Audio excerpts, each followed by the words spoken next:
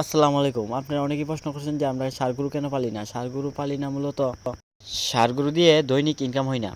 গাই গরু মূলত প্রত্যেকদিনই দুধ দেয়। দুধ দিলে মানে মোটামুটি একটা ভালো একটা আর্নিং হয়। আর ষাঁড় গরু তো দুধ দেয় না। ষাঁড় গরু মানে বেচলে মাস ৬ মাস পরে তাজা করে বেচলে পরে বড় ধরনের একটা আর্নিং হয়। তো এই জন্য আমরা সবসময় গাই গরু পালন করি। ষাঁড় গরু পালাও লস না। ষাঁড় গরু পাললে আপনার প্রথমত আপনি নিজের হাতের ক্যাশ টাকা দিয়ে ইনভেস্ট করতে হবে, তারপরে মাস ৬ মাস পরে লাভের আশা করা যায়। আর গাই গরু পাললে মানে আপনার প্রতিদিন মোটামুটি একটা ভালো একটা আর্নিং হবে। গরুর নিজের খাবার, গরুর নিজের দুধের টাকা দিয়েই মোটামুটি ইনকাম হয়ে যায়। তাতে আর হাতের ক্যাশ টাকা বেশি একটা খরচ করা লাগে না। ৩-৪ মণ ওজনের একটা ষাঁড় গরুকে কমসে কম ২ থেকে ২৫০ টাকা আপনার প্রত্যেক দিন খাওয়াইতে হইব। করতে হবে নিজের ইনভেস্টে, নিজের পকেটের টাকা খরচ করে খাওয়াইতে হইব। একটা গাই যদি আপনার সারাদিনে ১০ কেজি দুধ দেয়, তো ১০ কেজি দুধ ৫০ টাকা কেজি বেচলেও আপনি ৫০০ টাকা বিক্রি করতে পারবেন। ৫০০ টাকার মধ্যে যদি ৩০০ টাকা গরুরে খাওয়াইলেন, আপনার ৮০০ টাকা থাকতেছে।